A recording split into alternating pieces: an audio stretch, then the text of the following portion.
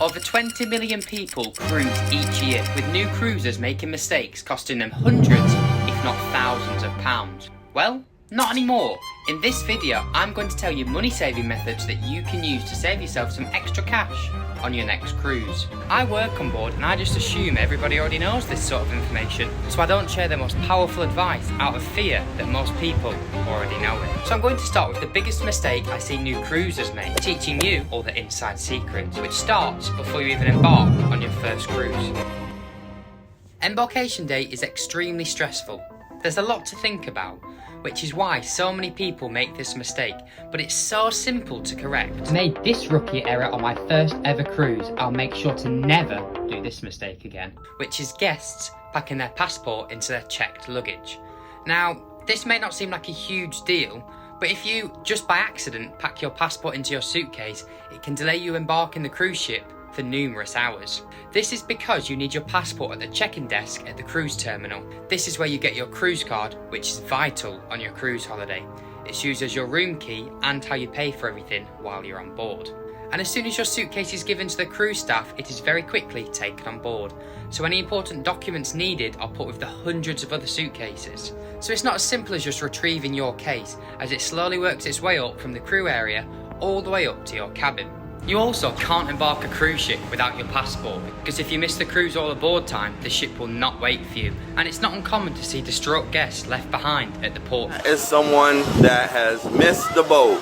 It's a heartbreaking drama. A desperate mom drops to her knees as a cruise ship leaves her behind, and her 3 children are on board. She has her kids on the boat and she's not on there. This is why you need to have your passport on board, as the captain will leave it with the local port authority. This is so you can either fly home or join the ship in its next port, which unfortunately is all at your own expense. So if you're going to remember one point from this entire video, it has to be this next one, because it's probably the most crucial thing to saving your holiday. And this is to buy traveller's insurance. Now, the guests who know a little bit about cruising actually think they know a lot and then become overconfident and then won't buy travel insurance. Whereas on the other hand, people who know a lot about cruising become less confident as they know how much there is to learn. This is actually really important, because buying traveller's insurance helps cover your holiday if you need to cancel beforehand, and can help you save money if anything goes wrong either before or during your cruise. Some cruise lines actually offer you travel insurance when booking your cruise, or you can decide to go directly through an insurance company like Money Supermarket or All Clear. Travel insurance often covers basic things like missed ports, lost possessions, cancelling your cruise, emergency treatment on board, and medical evacuation from the ship. If you actually decide to cruise multiple times a year, you can actually look into an annual policy that can work out cheaper than taking them out individually. And with medical fees on board being extortionate, something that my mum gets covered by the NHS when we're at home actually costs them around $200 while they're on board on their holiday. Medical emergencies at sea are actually a lot more common than you might think. Cruise lines insist you must have travel insurance, but it's up to you to make sure you're covered while you're on holiday. Not flying in or arriving a day before your cruise departs is also a rookie error a lot of new cruisers make. And watching your cruise ship sail without you isn't the best way to start your holiday. A simple flight delay or cancellation could mean you missing out on your cruise. Not only this, but airlines also regularly lose luggage, so you could actually be stuck on a cruise with nothing to wear. If you fly in the day before, at least you'll have a day to fix the mistake, and you can try and find your luggage, or at least buy some extra clothes at the cruise terminal, because they are normally in very touristy areas.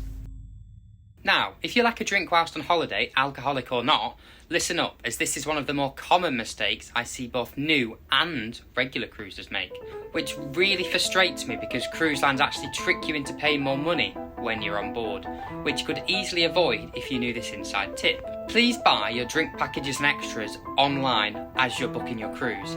The offers you get online are much more likely to be cheaper than the ones supplied on board. But this isn't the only reason you'll be paying more, because when you're on board, you'll be charged with a surplus amount every time you use your credit or debit card.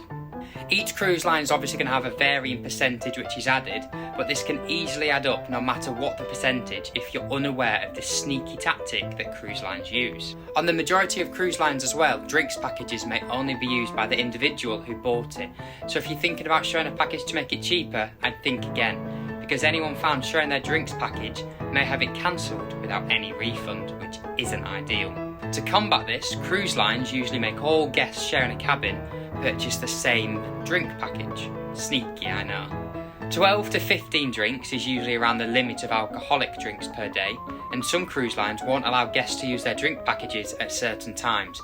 This is usually to stop late night heavy binge drinking. They also have certain conditions you have to follow, so you can't just have all the drinks lined up throughout the day, with limits on how often you can order drinks and only ordering one at a time. However, as a crew member, I actually know that if you drink regularly at the same spot every night and make friends with the bartender, they're probably going to be a bit more lenient with the rules.